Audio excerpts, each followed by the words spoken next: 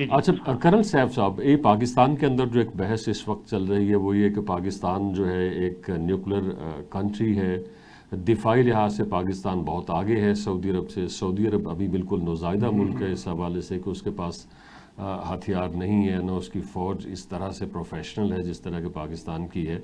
तो पाकिस्तान सऊदी अरब से क्या हासिल करेगा? सऊदी अरब तो यकीनी तौर पे पाकिस्तान से बहुत कुछ हासिल करेगा।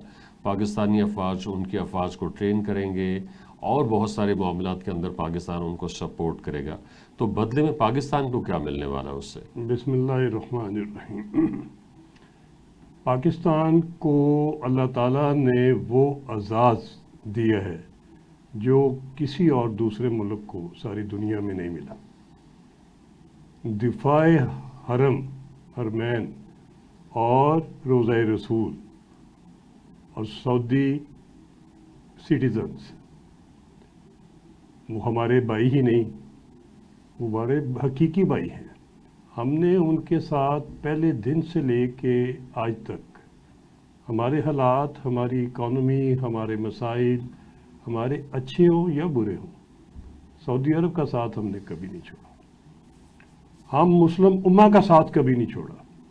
हम में हर एक मुसलमान, हर एक पाकिस्तानी जज्बा जिहाद से लेस है और किसी कंप्रोमाइज़, किसी ब्लैकमेल, किसी प्रेशर, किसी इंटिमिडेशन, कोई चीज़ इसको नहीं रोक सकती।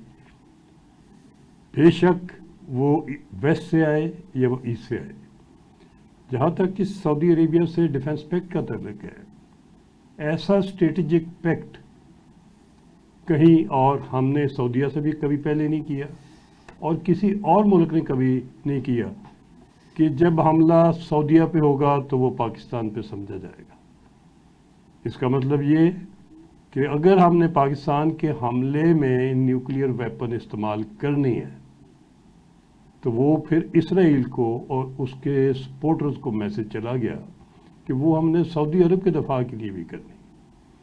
सऊदी अरब के ऊपर जिम्मेदारी कि अगर हमारे ऊपर हमला होता है और उसके वसाइल, उसके रिसोर्सेज, उसके हाई टेक डिफेंस इक्विपमेंट, ठीक, कुछ high tech defence equipment particularly air force में, उनकी जो एयरफोर्सों की F-15 क्या है और दूसरे F-35 जो कुछ भी उनके पास है, हमें एग्जैक्टली पता है क्या है। ठीक, हमें वो चाहिए हमारे दिफा में। और अगले राउंड में हमें अपनी तैयारी के लिए जिस चीज़ की कमी थी वो सिर्फ कमी थी वसाइल की और टेक्नोलॉजी। ठीक है अब्दुल्ला साहब, इसका फाइनेंशियल मैग्नीट्यूड क्या होगा, क्योंकि अभी इसके खद्दो खाल सामने नहीं आए हैं, एक बात। दूसरी बात ये है कि जो अमेरिकन इन्फ्लुएंस से कितना आज़ाद होगा ये कॉन्ट्रैक्ट? देखिए, मेरा ख्याल है कि इसमें मिनिमम भी अगर आपको भेजनी पड़ी तो आपको 1 से 2 डिवीज़न फौज जो है वो भिजवानी पड़ेगी।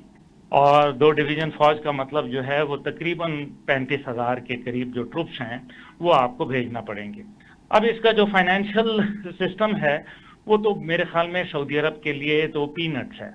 पाकिस्तान की टेक्नोलॉजी, पाकिस्तान की अफवाज की प्रोफेशनलिज्म और वॉर हार्डन्ड फौज और न्यूक्लियर सलाहियत की, ये तमाम बातें पाकिस्तान को मुमताज़ बनाती हैं। फिर पाकिस्तान का इन्हिसार जो है वो अदर देन अमेरिकन टेक्नोलॉजी है, यानी कि हमारा 70% जो दिफाई मैकेनिज्म है वो अमेरिकन टेक्नोलॉजी पे मुनहसर नहीं है। जबकि सऊदी अरब के ऊपर तरह तरह के जो मेरे ख्याल में मुआहदात की शिकें हैं वो उनके साथ अटैच हो जाती हैं कि जी जिस तरह से हमें F-16 दिया गया लेकिन कहा गया कि इंडिया के खिलाफ नहीं इस्तेमाल किया जा सकता।